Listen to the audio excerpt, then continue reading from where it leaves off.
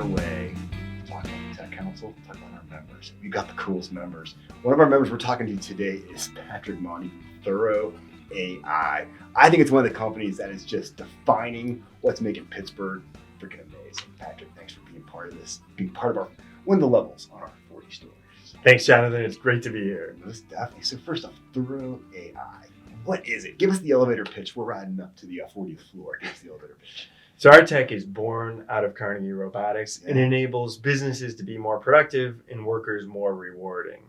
It's operating worldwide, and we are in the commercial cleaning space, and we will soon have an announcement we have an exciting announcement in warehousing and logistics. That's what I'm talking about. Now, last time I was cruising through Pittsburgh International Airport, I saw one of your devices merrily scrubbing a floor, all by itself, dare I say. I thought it was doing a pretty good job. Nice spit shine there going on. And that's your technology, is to take these kind of repetitive type of actions and jobs that are hard to get workers for and making them happen autonomously by putting your technology onto these devices. That's right. We make industrial equipment enabled to operate without supervision or intervention.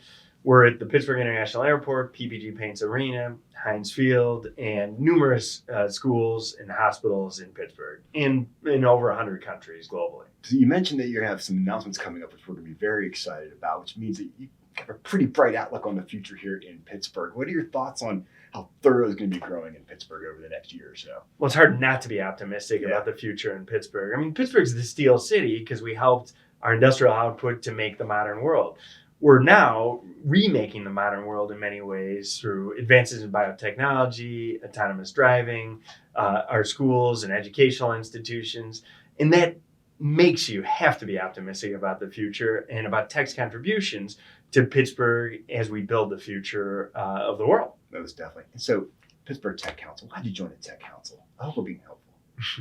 It's great being a member of the Tech Council. The Tech Council helps small businesses and huge brands to grow, to thrive, and to connect in Pittsburgh. So the Tech Council is just a smart decision. Through its reach and its resources, helps businesses to enter new markets and attract the best talent. That's the Pittsburgh Tech Council, and that's why I'm proud to be a member of it. You're putting a tear in my eye. I love it. Keep talking. So, last question. 40 years from now, I know it's almost impossible to predict, but just where would you like to see Pittsburgh and its tech scene 40 years from now? Ideally, how would we be better? Some venture capitalists say that Pittsburgh right now is where Seattle was 10, 15, 20 years ago. I don't like those analogies because I think Pittsburgh is so unique. What we have here is an entrepreneurial spirit, and we have some businesses that are attacking real world problems with a substance that is unique to Pittsburgh, and I think has always defined Pittsburgh. We get things done. We work hard. Those are the values of Pittsburgh. Those are the values of the technology community in Pittsburgh.